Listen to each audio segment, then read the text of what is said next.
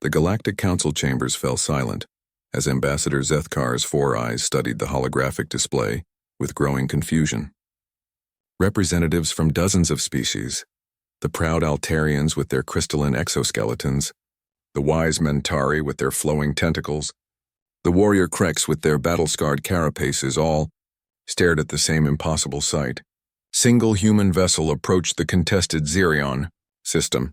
This must be an error, rumbled General Vorthak of the Kreks hegemony, his mandibles clicking in disbelief.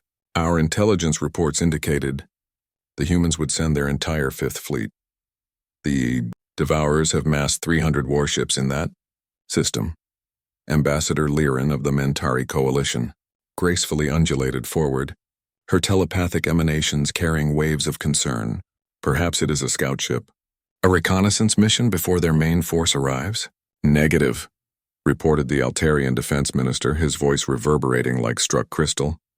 Our deep space sensors confirm this is their only vessel en route. The human governments have committed everything to this single ship. The hologram rotated slowly, revealing a vessel unlike anything in the galactic archives. Where most ships were sleek and efficient, this one was a massive geometric monstrosity.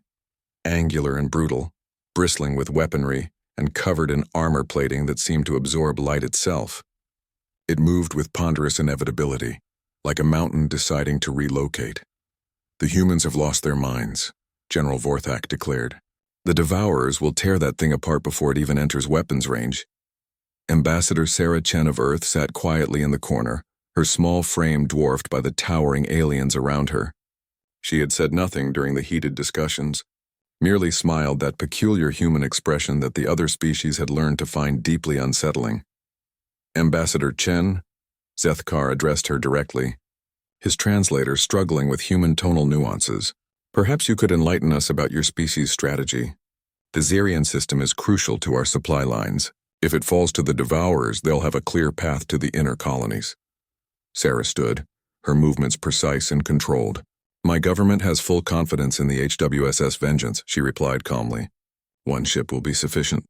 The chamber erupted in multilingual protests. Species that had fought wars for centuries found common ground in their shared bewilderment at human audacity. Sufficient? General Vorthak's roar shook the chamber walls. The Devourers have siege-class battleships, plasma cannons that can crack planets, swarm fighters that black out the stars. I understand your concerns, Sarah nodded politely. But you're operating under a fundamental misunderstanding about human military doctrine. The holographic display shifted, showing the human vessel beginning its approach to the Xerion system. The Devourer fleet, a writhing mass of organic-looking ships that resembled giant insects, immediately began converging on the lone intruder. You see, Sarah continued, her voice carrying an odd note of pride, other species build fleets because they design each ship to serve a specific function. Fighters for speed, cruisers for versatility, battleships for firepower, carriers for support. Each vessel is part of a greater whole. The aliens watched in horrified fascination as the human ship continued its steady advance, seemingly oblivious to the 300 enemy vessels surrounding it. Humans. Sarah smiled that unsettling smile again. Don't think like that. When we decided to build a warship, we asked ourselves a very simple question. What if we took every piece of military technology we've ever developed and crammed it all into one vessel? The first Devourer ships opened fire. Plasma bolts and energy beams lanced through space, striking the human vessel's hull. The assembled ambassadors expected to see explosions, hull breaches, the satisfying destruction of human arrogance. Instead, they watched in stunned silence as the attacks simply dissipated. The energy weapons scattered harmlessly, against shields that bent physics in ways that shouldn't have been possible. Point. Defense systems online, Sarah narrated casually, as if commenting on the weather. The Vengeance carries 47 different types of defensive technology, including some we borrowed from each of your species. Thank you for that, by the way. Suddenly, the human ship transformed. Weapon ports that had been invisible moments before opened across its hull like mechanical flowers blooming. The vessel didn't just return fire, it unleashed hell itself. Kinetic rounds moving at significant fractions of light speed tore through Devourer formations. Energy weapons that painted space itself with destruction carved swathes through the enemy fleet. Missiles with yields that registered on geological scales turned entire squadrons into expanding clouds of plasma. But that wasn't what made the assembled aliens take involuntary steps backward. It was the fighters. The human ship hadn't just launched a few squadrons.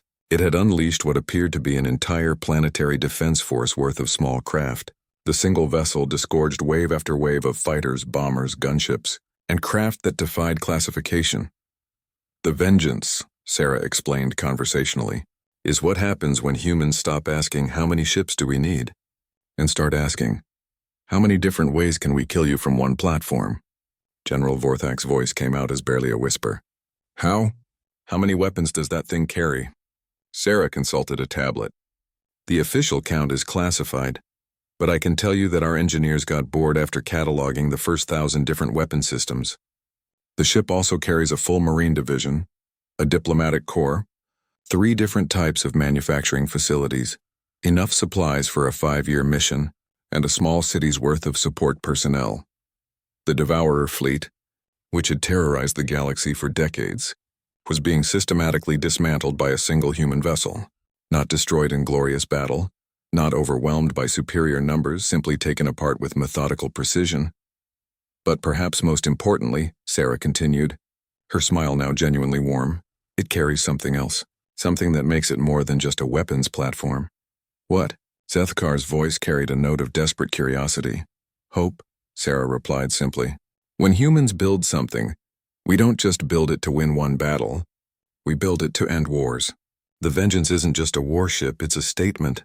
It says that we will travel to the darkest corners of the galaxy alone if necessary, to protect those who cannot protect themselves. The holographic display showed the last Devourer ships retreating in disorder, their supposedly invincible fleet reduced to scattered remnants. One ship, Sarah concluded, is sufficient when that ship carries the entire weight of human determination behind it. The chamber remained silent for a long moment, each species' representatives contemplating the implications of what they'd witnessed. Finally, Ambassador Liren spoke, her telepathic emanations carrying overtones of awe and perhaps a touch of fear. What happens now? Sarah gathered her materials and stood to leave. Now the Vengeance continues to the next system that needs help. After all, the galaxy is a dangerous place. She paused at the chamber door and looked back at the assembled delegates. Oh, and ambassadors, you might want to update your military databases. The Vengeance is actually one of our smaller ships. We figured we'd start with something modest for our first deployment. As the door closed behind her, the chamber erupted in chaos. But through it all, one thought echoed in every alien mind present. If that was their idea of modest, what did human excess look like? They were quite certain they didn't want to find out.